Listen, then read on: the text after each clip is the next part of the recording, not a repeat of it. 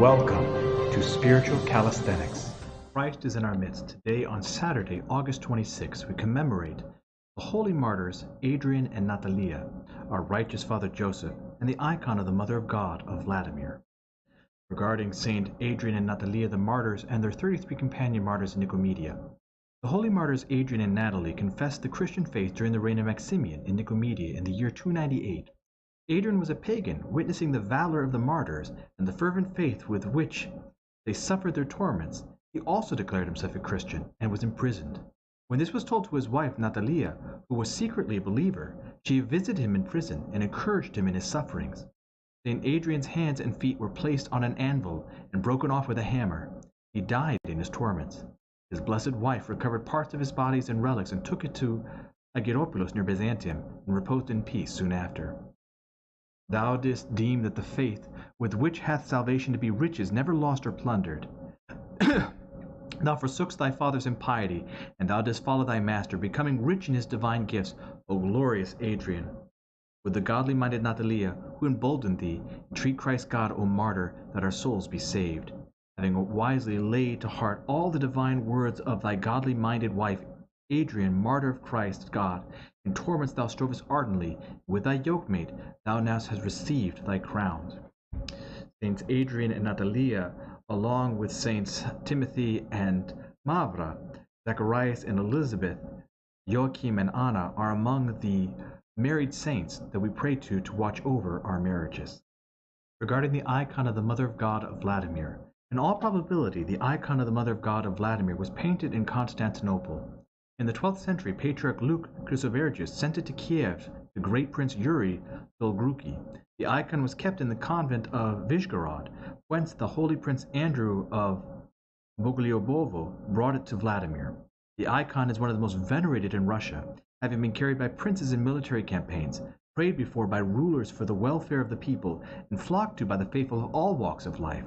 At the election of the metropolitans and patriarchs, the names of the candidates were placed before this holy icon, and after prayer, the lot chosen. Patriarch Tikhon the Confessor was elected this way. The icon is celebrated also on June 23rd and May 21st, the last feast being established to commemorate the deliverance of Moscow in 1521 from the onslaught of the Tatar Khan Makhmet Giri. Today, the most glorious city of Moscow rejoices radiantly, for it receives as a ray of sun thy wonder-working icon, O Lady. And as we now have recourse thereto, we pray to thee and cry, O most wonderful Lady Theotokos, pray to Christ our God, who was incarnate of thee, that this city and all Christian cities and countries be kept unharmed from all assaults of the enemy, and that our souls be saved, for he is merciful. O champion leader, defender of our souls, we joyfully celebrate this festival of thy meeting, O our Lady Theotokos, for thou hast delivered us from evils by the coming of thy precious icon, and as is meet we cry out to thee, rejoice, thou bride unwedded. From St. Paul's letter to the Hebrews. Brethren, recall the former days, when after you were enlightened, you endured a hard struggle with sufferings, sometimes being publicly exposed to abuse and affliction, and sometimes being partnered with those so treated. For you had compassion on the prisoners, and you joyfully accepted the plundering of your property, since you knew that you yourselves had a better possession, and an abiding one.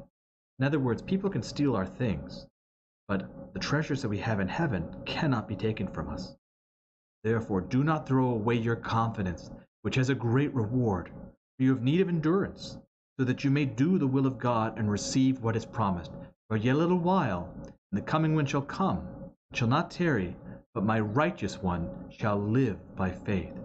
In other words, these are the times when we need to turn to God, when we're suffering, when we're struggling, or we're helping someone struggle, and ask for his strength. This is how we live by faith.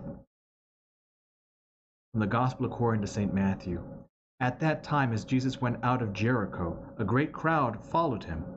Behold, two men sitting by the roadside, when they heard that Jesus was passing by, cried out, Have mercy on us, Son of David.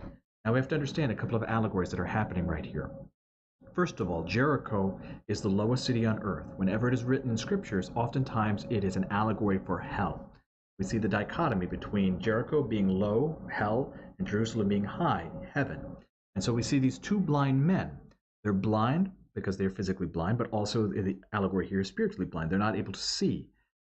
And so they don't know where they are. And so they cry out, "Have mercy on us, Son of David." So they're calling upon Christ to help them. Have mercy on them, have compassion on them. The crowd rebuked them, telling them to be silent, but they cried out more, "Lord, have mercy on us, Son of David." So who is this crowd? It can be one of two things. One, because we're in Jericho, which is hell, it's the demons telling us, shut up. Don't ask for help. Don't ask. Get used to being in despair. Get used to being alone. No one's here for you, so hush. Or it could be the wiles of the world that are just telling us, be quiet, be quiet, be quiet. Don't ask for help. But they kept going. And Jesus stopped and called them, saying, "What do you want me to do for you?" He said, "Lord, let our eyes be opened." And Jesus, in pity, touched their eyes, and immediately they received their sight and followed him. So understand here, Jesus Christ asks us, what do we want? What do we really want? Because many times we'll say, I want help, I want help, I want help, but then we don't elaborate. And they say, we want to see. So he has mercy, he has compassion, the same way that we're supposed to have compassion. He gives them their sight, and now they follow him, which means they can now walk out of Jericho. They can get out of hell. I hope that you've enjoyed today's Spiritual Calisthenics. Have a blessed and wonderful day.